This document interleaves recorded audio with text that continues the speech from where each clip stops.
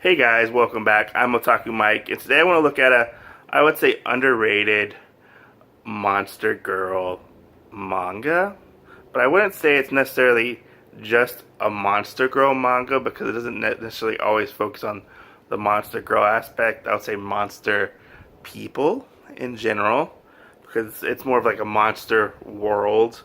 And it's a world like our world, basically. It basically is our world, but where there are monsters like centaurs and goat people and dragon people and um, snake people and mermaids and angels and stuff like that, you know? So, our book, or not a book, our manga normally revolves around Hime and, her day to day life and stuff like that. It's really interesting. This manga takes a different approach and when it comes to the art style, because it's not like very anime. It's more like a realistic style, um, which I actually really like. It's kind of like a breath of fresh air, in my opinion, because it's not like your typical manga or say like monster girl book where like their tits are always hanging out and stuff like that. It's very um, low key when it comes to the fan service. There is fan service, but it's not um, gratuitous or necessarily for like an ecchi purpose, which is okay. It's not like bad, but they also talk about like the differences between the monster. Oops, my book just fell down. The monster races, which is very, very interesting, because some manga don't really touch on that. They just talk about like the monster girls in general. But this one goes into the races and the differences about them, and how other races feel about the other. Like Hime, for instance, is very scared of the snake people. Which, here, let me find the book. Where is it? Ah, here it is. Like, this is what the snake people look like. I have most of the books lined up behind me. But see, the snake people are more like this. And Hime is, kind of is scared of them and is a little bit... She doesn't understand them because she got scared of them when she was a child. But, she meets like a snake transfer student. I don't remember exactly what they're called in the book, but and they befriend each other and actually become friends. So I mean, it does deal with racism and and discrimination, which is very interesting, and it also deals with how do the different races operate within society and like the societal structure, which is very interesting. One thing I feel like this manga does very well, and the mangaka does a phenomenal job in, and that is the world building. The world building is honestly, it's amazing. Like, I can't get enough of it. Like, we get like entire like paragraphs of like just the history of this world and like stuff that has happened in it within the past, and how like the different monsters were treated, because they weren't all treated fairly. Like, especially like the centaurs were used by the other monsters as basically like slaves and basically horses, and they reference that and actually talk about it quite a bit in like one of the volumes.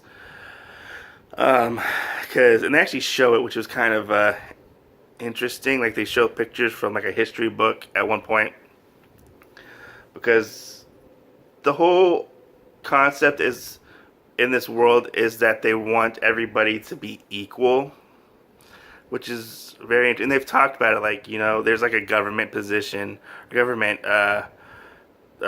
like a section of the government that's all about being equal and like, oh, you can't do this, you can't do this to races, this and that. They even go as far as to touch on terrorism in one of the books, which is a very, very interesting way they talked about it, which was interesting because the terrorists actually take over the high school at one point. It was very interesting to see how. See if I can get to it. Maybe it's in this volume. Yeah, it is. Like how they deal with the terrorism or the terrorism attack within the school. I just, as somebody who doesn't read a lot of slice of life like I do, I've really become, how should I say this? I've really enjoyed the world building and the take on the slice of life because it's all very interesting and different, which I actually really, really enjoy. The characters get pretty in depth with their development over time because you do meet several new characters and sorry, as I was saying, they do deal with some adult subject matter, which is very interesting. And you also get to look at the viewpoint of children as well within this world because there are also younger children in this world, like Hime's little cousin and stuff like that, which are very cute and adorable stories when they actually do show up within the manga, and they show up quite a bit. Like this manga is cute and adorable, and also they do deal with like high school stuff, like somebody professing their love to Hime or stuff like that, or like, hey, who's gonna be in the play, and like, is it okay to have like two female leads within the play because they were doing, I believe, Romeo and Juliet. I think it was the play that they're doing. Hime and I believe one of the other girls were, she was the princess and the other girl was the prince, and how people would react to that and stuff like that. Because there is a slight Yuri aspect or slight Yuri undertones to this manga. They're not out and about all the time within the manga, but it's not like a bad thing. It's very interesting how they deal with. They actually do talk about same-sex relationships within the manga, which is very interesting on like how they bring it up. They also talk about interspecies relationships, which are actually very interesting as well. Like how do the different species interact and stuff like that, and how do they deal with it? Do they deal with it in a kind manner, or do they deal with it like in a prejudiced manner? But yeah, so far there are 15 volumes out of A Centaur's Life. They're in these nice oversized volumes, which I actually really like. The artwork is always just impeccable. Like, I have yet to find a horrible like done volume. They're always done quite well, and actually I really like them. Like, here's the part with the play where they're setting up the play and whatnot. That's in the first volume, I believe.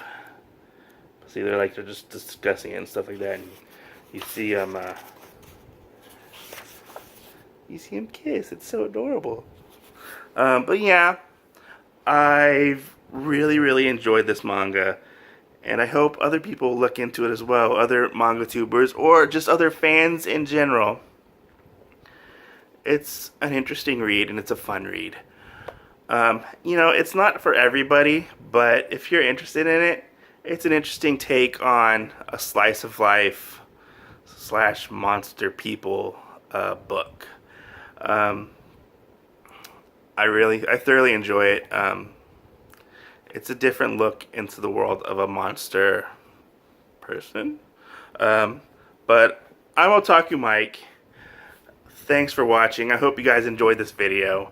If you're new to this channel, please consider subscribing. Click the notification button. You know, I always love meeting my new subscribers. It's always cool. Go check out my old content. Some of it's not always the best, but go check it out anyways. Throw up a like if you like this. Comment down below if you read or watched A Centaur's Life and tell me your thoughts. I'm open to listening to them. Thanks. I hope if you know this video has got you interested in checking out A Centaur's Life, because it's a different type of comic and I feel like more people should check it out. So guys, I'll catch you guys on the flip side. Peace out.